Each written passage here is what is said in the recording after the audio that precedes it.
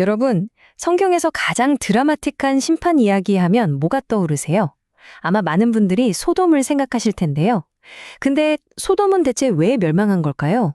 오늘 이 시간에는 강원규 목사의 설교를 바탕으로 이 고대의 이야기가 마지막 때를 사는 우리에게 던지는 메시지는 뭔지 그 핵심만 쏙쏙 뽑아서 알아보겠습니다. 바로 시작할게요. 자, 이 분석은 굉장히 충격적인 이미지 하나로 문을 엽니다. 바로 2004년에 있었던 쓰나미 재앙이죠. 생각해보세요. 평화롭기만 하던 해변에 갑자기 거대한 물의 벽이 덮치는. 이 설교에서는 바로 이 사건을 통해서 우리가 얼마나 평화로운 일상에 젖어서 눈앞의 경고를 쉽게 무시해버리는지 그 본질적인 문제를 딱 짚어내고 시작합니다. 그리고 이 쓰나미 비유가 곧바로 우리를 핵심 질문으로 데려가는 거죠. 겉으로 보기엔 그냥 평범한 도시였을 소돔.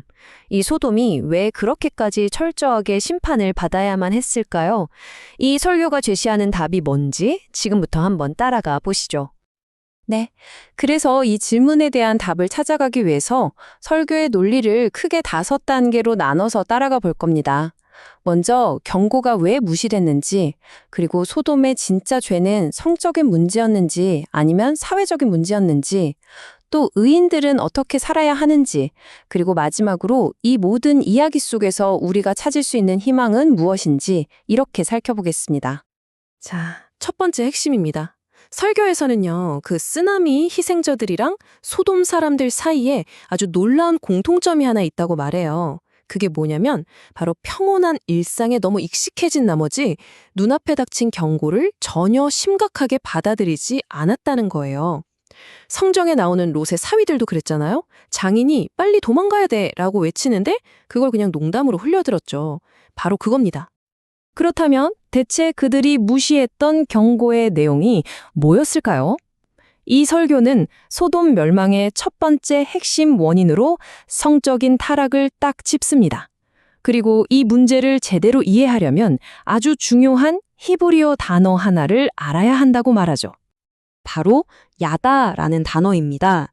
이게 그냥 알다라는 뜻인데 이게 아주 흥미로워요. 소돔 사람들이 롯의 집에 온 천사들을 보고 우리가 그들을 상관하겠다라고 외치거든요. 여기서 상관하겠다가 바로 야다입니다. 근데 이 설교에 따르면 이건 그냥 저 사람들이 누군지 좀 알아봅시다 정도의 뜻이 아니라는 거예요. 이건 부부 사이에 아주 깊고 친밀한 관계, 즉 성적인 관계를 의미하는 단어였다는 거죠. 그러니까 그들의 요구는 굉장히 노골적인 성적 요구였던 셈입니다. 그리고 이 해석을 뒷받침하기 위해 설교는 다른 성경 구절을 근거로 듭니다. 특히 유다서 1장 7절을 보면 소돔의 죄가 다른 육체를 따라갔다라고 표현되어 있거든요. 설교에서는 바로 이 구절이 하나님이 정하신 창조 질서를 벗어난 욕망, 더 구체적으로는 동성애적인 욕망을 추구했다는 증거라고 해석합니다. 여기에다가 당시 흔했던 이교적인 우상 숭배와 결합된 문란한 성적 행위들까지 소돔의 타락이 얼마나 심각했는지 보여주는 거죠. 자, 여기서 설교는 시점을 고대에서 현대로 확 가져옵니다. 그러면서 이거 보세요. 소돔의 이야기가 그냥 옛날 이야기가 아닙니다. 라고 말하는 거죠. 오늘날 우리 사회에도 경고 신호가 있다는 거예요. 그 예시로 드는 게 2가지인데요. 첫째는 한때 아주 경건했던 개신교 국가 네덜란드가 세계 최초로 동성결혼을 합법화했다는 점. 그리고 2번째는 대표적인 기독교 국가인 미국이 전 세계 음란물의 아주 큰 부분을 만들어내고 있다는 점입니다. 고대의 죄가 지금도 똑같이 반복되고 있다는 주장인 거죠.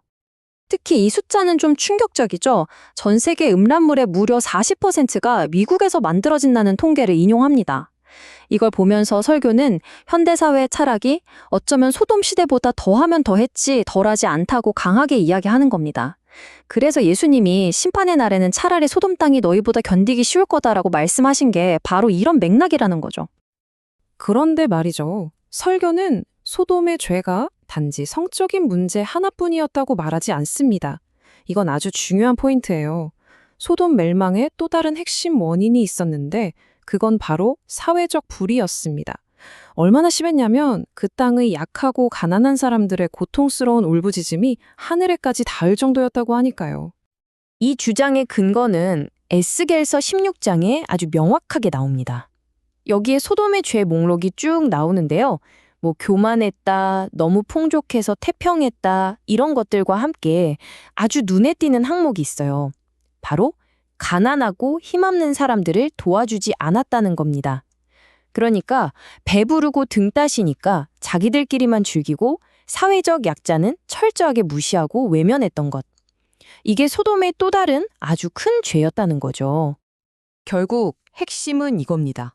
소돔 사람들은 자기들이 다수고 힘이 세다는 이유로 약한 사람들, 소수자들, 그리고 자기들과 다른 이방인들을 억압하고 해치는 걸 아무렇지 않게 생각했다는 거예요.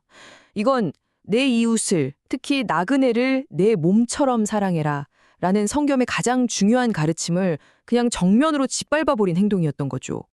이 지점에서 설교가 정말 강력한 예시를 하나 드는데 바로 우리에게 어메이징 그레이스, 나 같은 죄인 살리신으로 유명한 존 뉴튼 이야기입니다. 원래 이 사람이 악명 높은 노예 상인이었잖아요. 항해일지에 자기가 사고 판 노예를 그냥 손실율이라고 물건처럼 기록했을 정도니까요. 그랬던 그가 바다에서 죽을 뻔한 위기를 겪으면서 하나님을 찾게 되고 인생이 180도 바뀌어서 나중에는 노예제 폐지를 위해 싸우는 사람이 됩니다. 이렇게 깊은 죄 속에 있던 사람도 그걸 깨닫고 완전히 다른 삶을 살 수 있다는 걸 보여주는 아주 상징적인 이야기죠. 자, 이렇게 소돔의 두 가지 큰 죄악, 즉 성적 타락과 사회적 불의를 분석한 설교는 이제 그럼 어쩌란 말이냐 하는 해결책으로 넘어갑니다. 이렇게 타락한 세상 한복판에서 믿는 사람들은 대체 어떻게 살아야 할까요? 그 해답의 실마리를 바로 롯이라는 인물의 성택에서 찾아봅니다. 여기 보시면 롯과 소돔 사람들의 행동이 정말 극명하게 비교되죠. 모든 사람들이 낯선 사람들을 위협하고 폭력적으로 대할 때 롯은 혼자서 그들을 자기 집으로 들이고 보호하려고 애를 씁니다. 설교는 바로 이 모습을 그 불의가 판치는 세상 속에서도 어떻게든 하나님의 법을 지키며 살아가려고 발버둥 쳤던 한 의인의 모습이라고 설명하는 거죠. 그래서 설교는 우리에게 아주 구체적인 삶의 변화를 요구합니다. 첫째, 그냥 입으로만 믿는 게 아니라 삶으로 구원의 열미를 보여달라는 겁니다. 그러려면 둘째, 내 안의 이기적인 욕망의 목소리로부터 단호하게 돌아서야겠죠. 셋째, 거기서 그치지 않고 마음속 깊이 박힌 죄의 프리들을 뽑아내야 합니다. 넷째, 그 빈자리에 악하고 상처 주는 말이 아니라 그리스도를 닮은 좋은 송품을 채워 넣어야 하고요. 그리고 마지막으로 그렇게 변화된 모습으로 약하고 소외된 사람들에게 빛이 되어주는 것. 바로 이게 설교가 말하는 진짜 믿는 사람의 길이라는 겁니다. 그리고 드디어 이 설교는 가장 마지막, 가장 궁극적인 희망의 메시지로 우리를 이끌어갑니다. 우리가 보통 마지막 때나 종말이라고 하면 뭔가 무섭고 두려운 이미지를 떠올리잖아요. 그런데 설교는 그 개념을 완전히 뒤집습니다. 믿는 사람들에게 마지막이란 건 심판과 끝이 아니라 오히려 그토록 기다렸던 주님과 다시 만나는 재회의 시간이라는 거죠. 물론 그날이 언제 올지는 아무도 모릅니다. 마치 아기를 낳을 때처럼 그 고통이 갑작스럽게 찾아올 거라고 하죠. 하지만 설교는 이 점을 아주 분명하게 약속합니다. 세상 사람들에게는 그날이 갑작스러운 멸망의 날이겠지만 믿는 사람들에게는 아니라는 거예요.